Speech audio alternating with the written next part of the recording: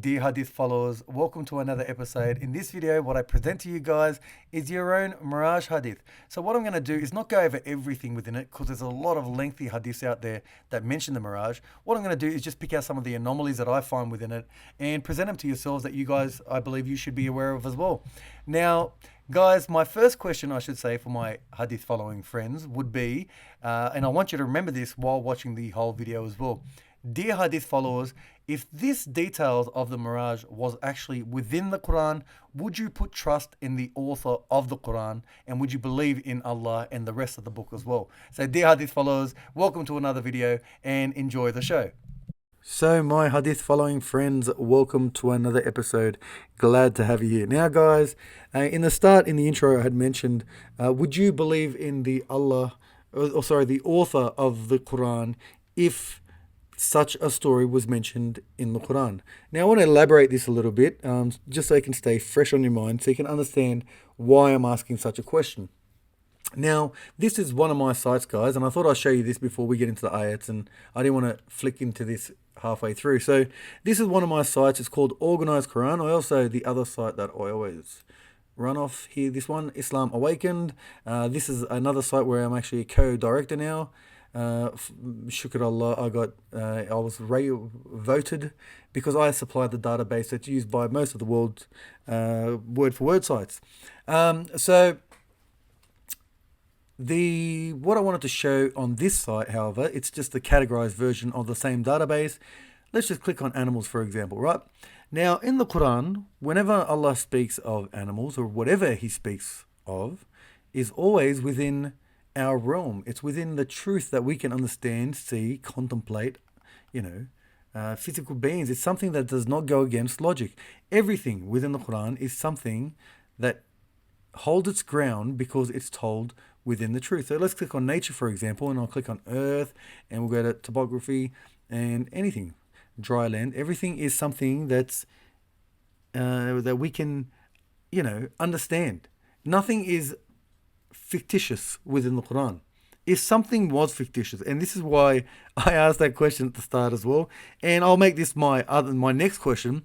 Dear Hadith followers, if such a story was in the Quran, right, would you believe that that would have been the most pulled apart ayat in the Quran from those who actually hate Islam or want to attack Islam?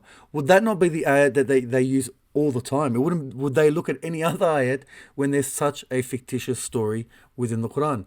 If Allah has said, for example, clouds are made from cotton candy and trees are lollipops, would you believe in that, the author of that book, or would you just think it's a fictitious tale?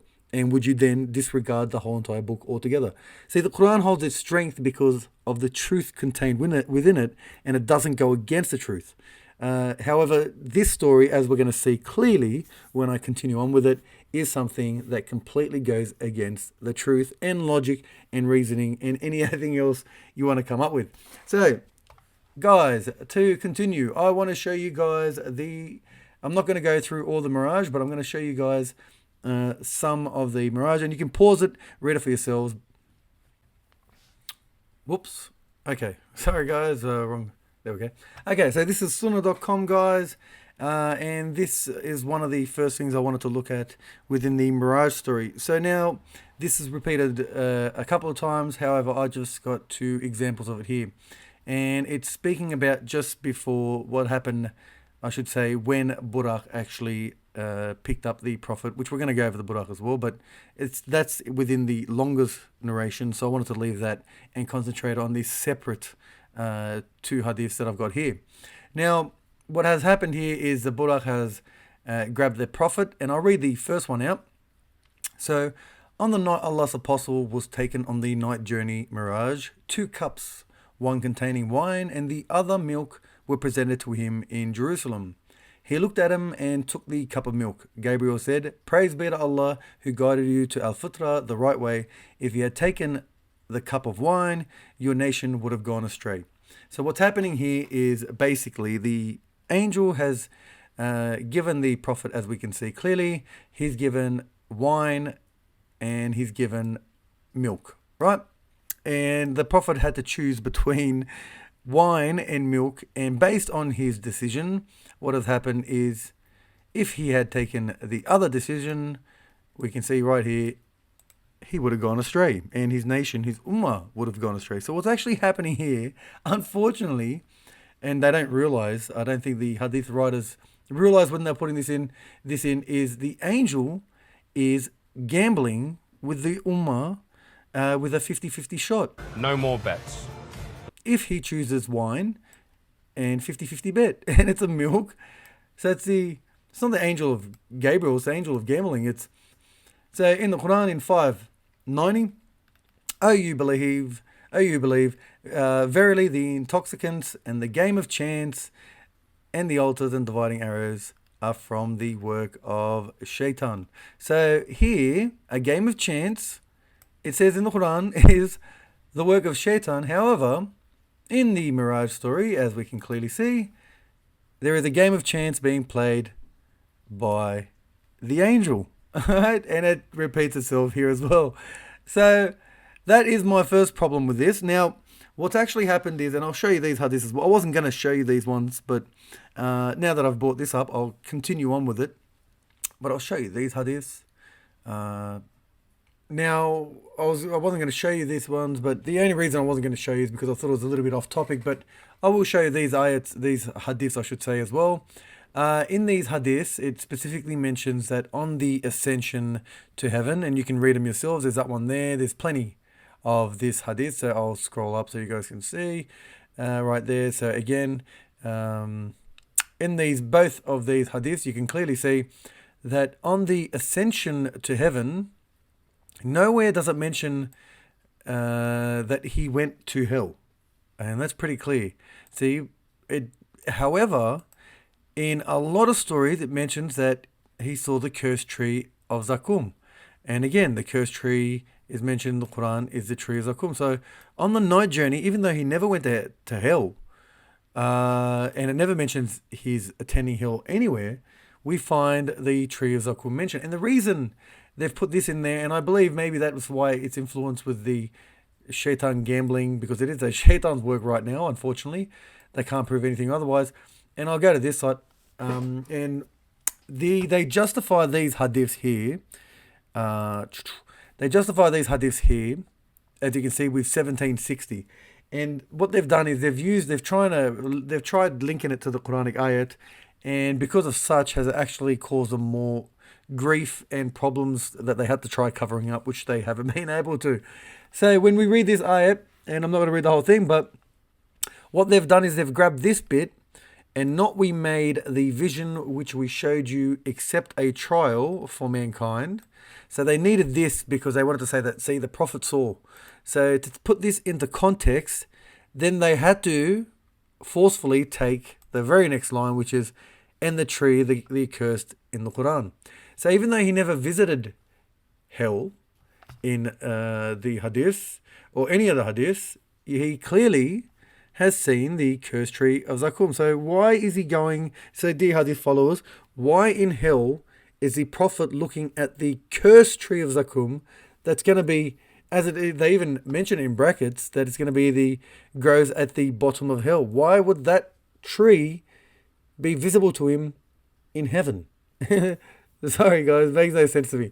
So I wasn't going to actually show this because it's distracting from the story itself, but it's quite funny and you guys should know about it. They exist. There's plenty of these trees of Zaqqum and the bad he saw mentioned as well on his journey to the Miraj. So now to continue with the journey. So now guys, to the physic-breaking Buraq creature, the one that I left a bit late. I should actually play a drum roll now because this creature is incredible. I left it late, as I said, because it's within the longer hadiths, as I can show you as I scroll down. You'll see that's within the longer hadiths. So I'm not going to go through these hadiths, but the creature itself is a white animal, smaller than a mule and bigger than a donkey, was brought to me and sent to Gabriel. And the creature itself is Buraq. It's one stride of it is as far as its vision. Absolutely, one stride of it, bigger than a donkey, smaller than a mule, and its stride was as long as the eye could reach. It goes against every single physics and logic that ever existed.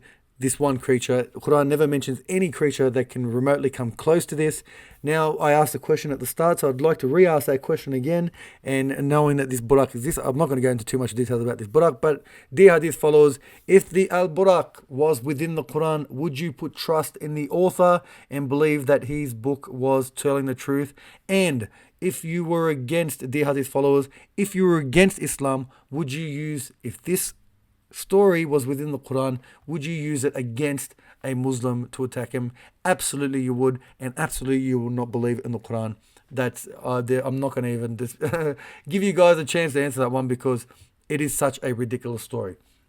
However, now some of you might say that this story is it was a metaphysical, it was a dream, and it really didn't happen. However, if you read your own hadith, it says that it was they made sure that they've enforced that it was a physical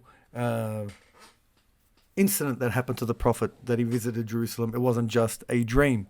So now we've got the Buraq story, and he's gone into heaven. And this is the next section that I wanted to get into. I'm not going to go through the details of heaven. There's so many mistakes in it. It's incredible. It hurts my head at how wrong this is. But I'm just going to ask off the bat. I'll ask from now. So the Prophet, dear Hadith followers, the Prophet met Adam and all the other prophets within heaven.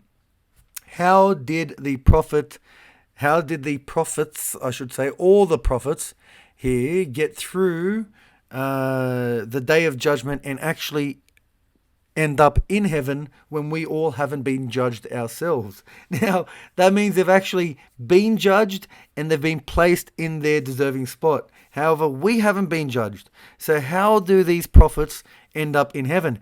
And to make matters worse, dear Hadith followers, how does the final prophet actually go into heaven and then come back out of heaven and come back to his people to meet up with them again? So can you go into heaven and out? How does this work? It makes absolutely no sense to me.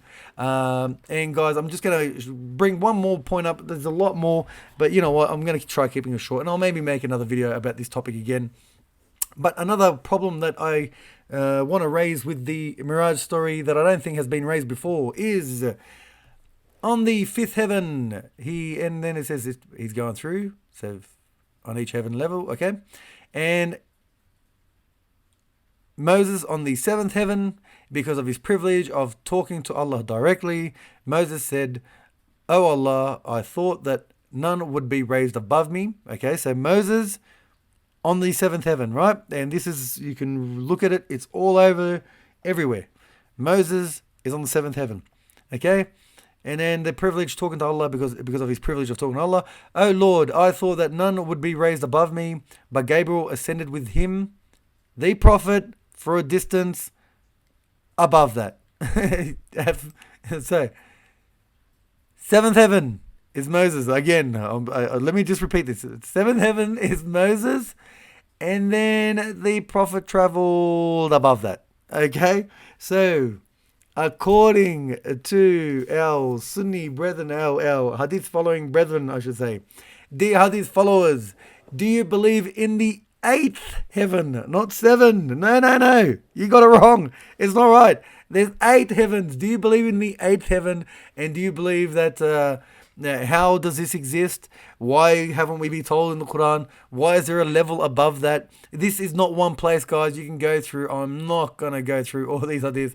There's so many of the places where it mentions, usually it mentions lot tree. And you'll see if I type in lot tree, see? But Gabriel ascended with him, the Prophet, for a distance above that, the distance of which only Allah knows, till he reached the lot tree. And then the irresistible, the Lord. So, above the final heaven, the 7th heaven, repeatedly it says there's an 8th heaven. Dear Hadith followers, is there an 8th heaven? That is my last question. Look, again, this topic, I'll probably open it again and have another part to this, because the Miraj story, there are so many mistakes in it. But these are just the ones that I've just picked up on, little things that I've picked up on that I think need answering. So, dear Hadith followers, please answer my questions, and it was glad having you. Thank you so much. Zaqqum.